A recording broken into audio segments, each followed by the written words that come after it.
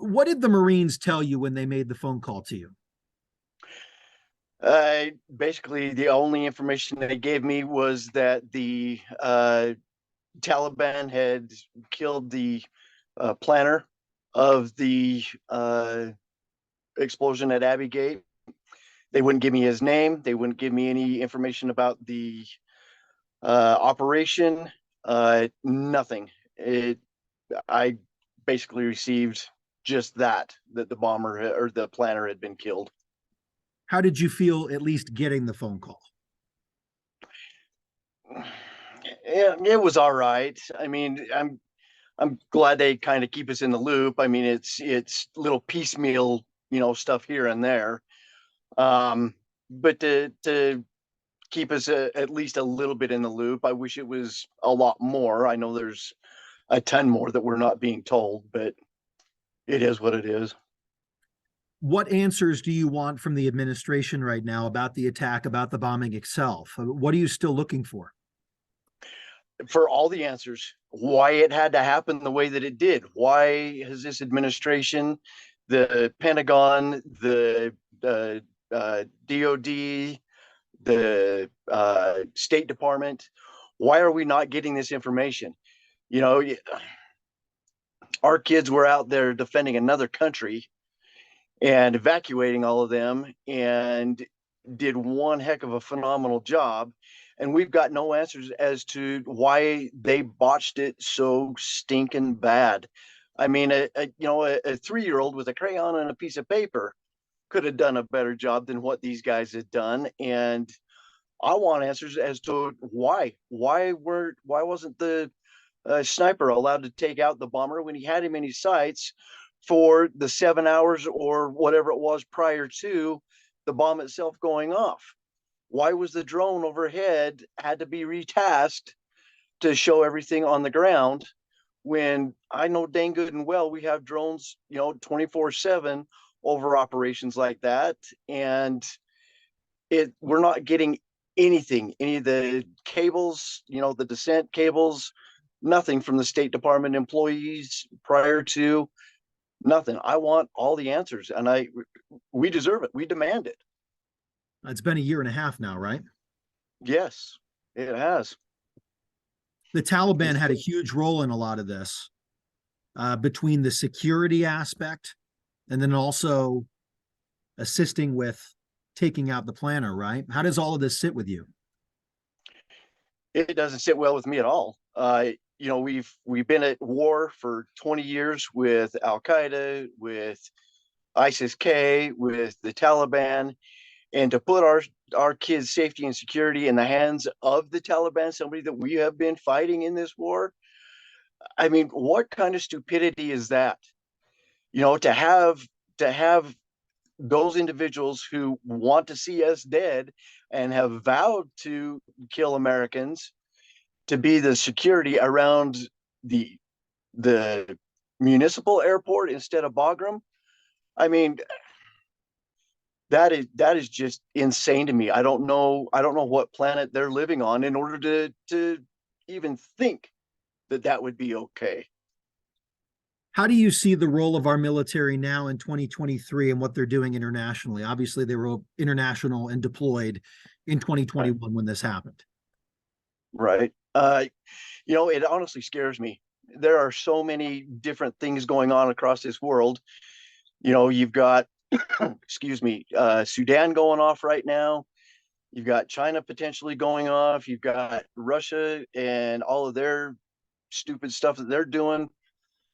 We're getting spread thin, and after the kids see what the military has done to our kids, how can they be trusted, the government be trusted, the military be trusted to back them up to do their jobs? I mean, goodness gracious, we've spent millions and millions of dollars and millions of man hours training these kids, these men and women, to go out into harm's way.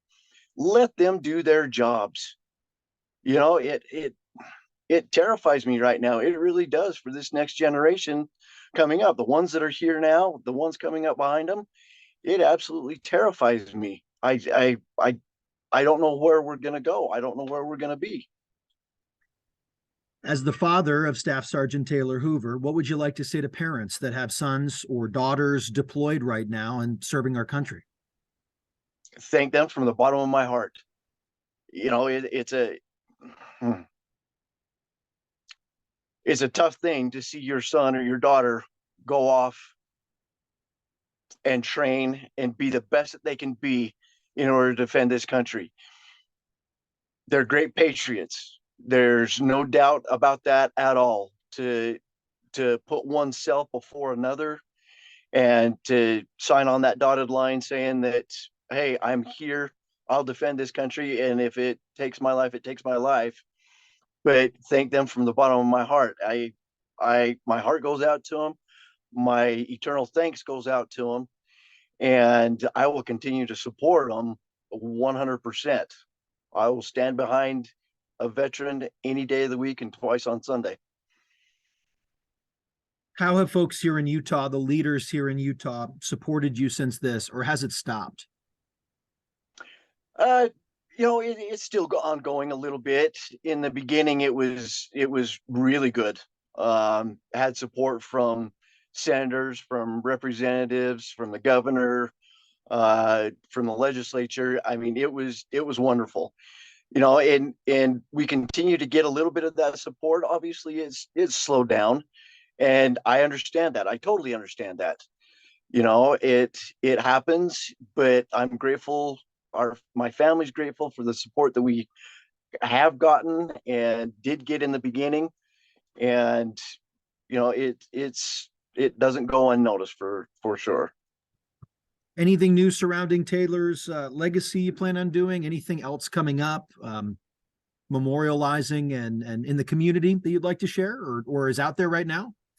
Absolutely. We've got on the 6th of May coming up, the Ironman is going on down in St. George, and there is a member of that Ironman community, just a patriot himself, has no ties to any of us, and he has gone out and he's doing an Ironman in the name of each of the 13 that were killed. And this one in St. George just happens to be the one for Taylor, and he will do that Ironman. And what a wonderful thing, and it'll all be dedicated to Taylor.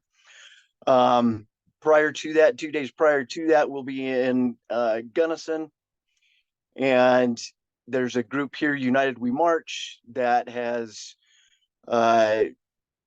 raised funds for scholarships to be given out. There will be 2 or 3 handed out that evening, and we'll be there in order to do that.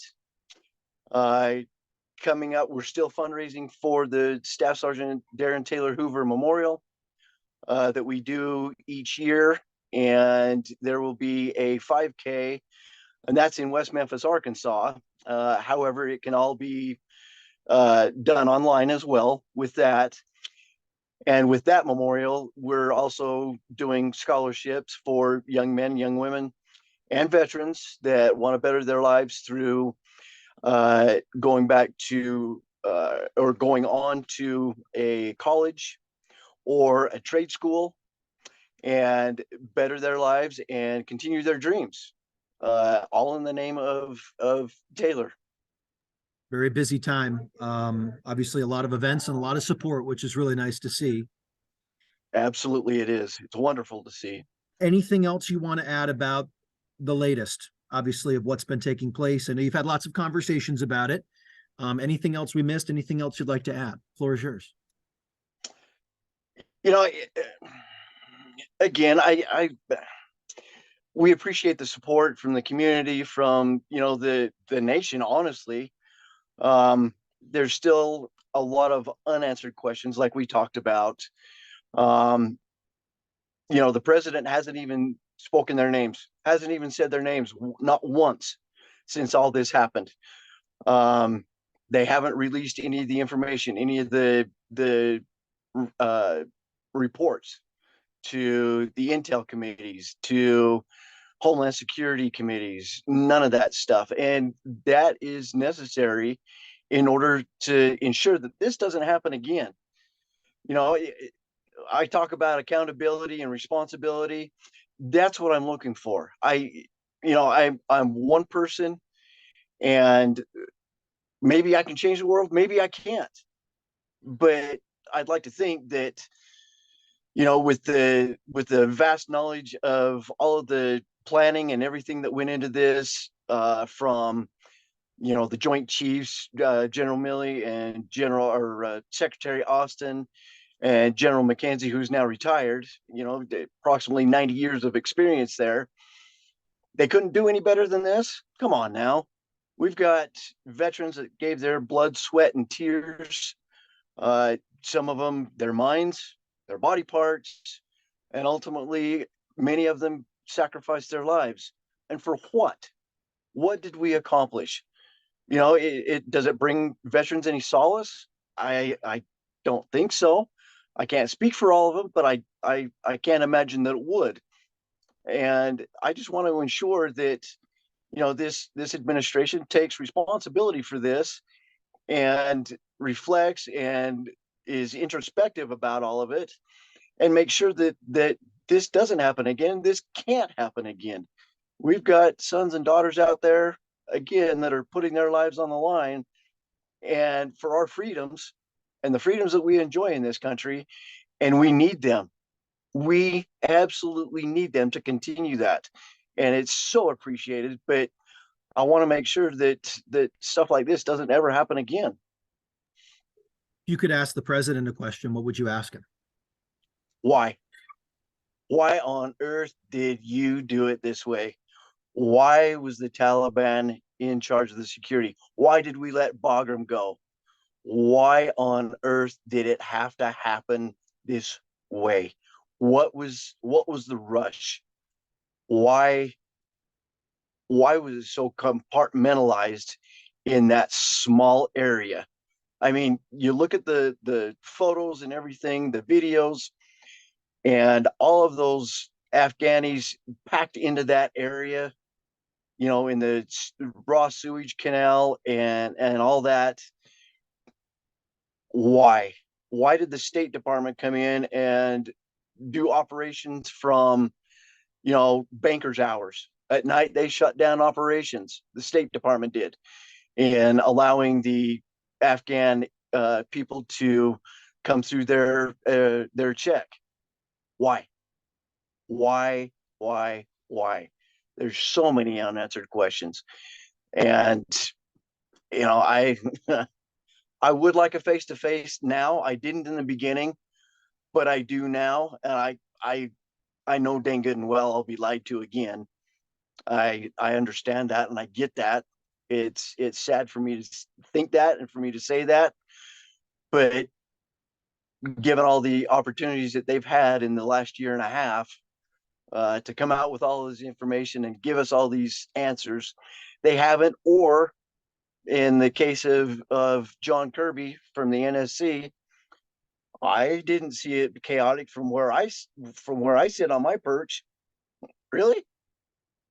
Really? It's right in front of you. We can all see it. Why can't you? It's a matter of getting the lies to stop. My question would be, why? And you, by one-on-one, you mean face to face with the president or someone else? Absolutely. I'll take a face to face with any of them. The president, the Joint Chiefs, Anthony Blinken, Secretary Austin. I don't care. I'll take a face to face with any of them. And you see how worked up I'm getting right now, and I'm sure I'd get the same way. But I want the answers. I demand the answers. We deserve the answers as a family. We deserve those answers. Yeah, it's obviously it's been a while.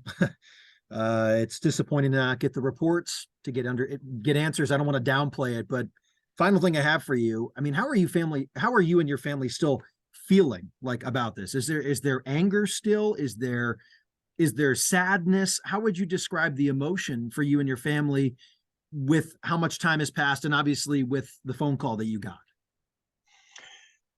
So we've actually been doing really well. Obviously, there's pain, there's wanting him back, and knowing that we we can't have him. We won't have him back. Thankfully, we know where he's at, that he's safe, and that he's watching over us and protecting us every day and waiting for us to be reunited. After that phone call and after all of these committee meetings and everything else, there's still a great amount of anger and angst. I mean, you know, nothing's going to bring him back. We know that. But, you know, the piecemeal way that everything keeps coming out, you know, it just rips open the wounds every single time. It rips that wound wide open again, and we have to deal with it. And it's going to continue that way, I'm sure, for a number of years. You know, the pain's never going to go away. It's just something that we're going to have to deal with. And, you know, we talk about it. We talk about him. We talk about the good times. We laugh. We cry. And, you know, we hold on to each other. And that's basically what we've got, is each other and the support from the community and the country. And that's where we're at.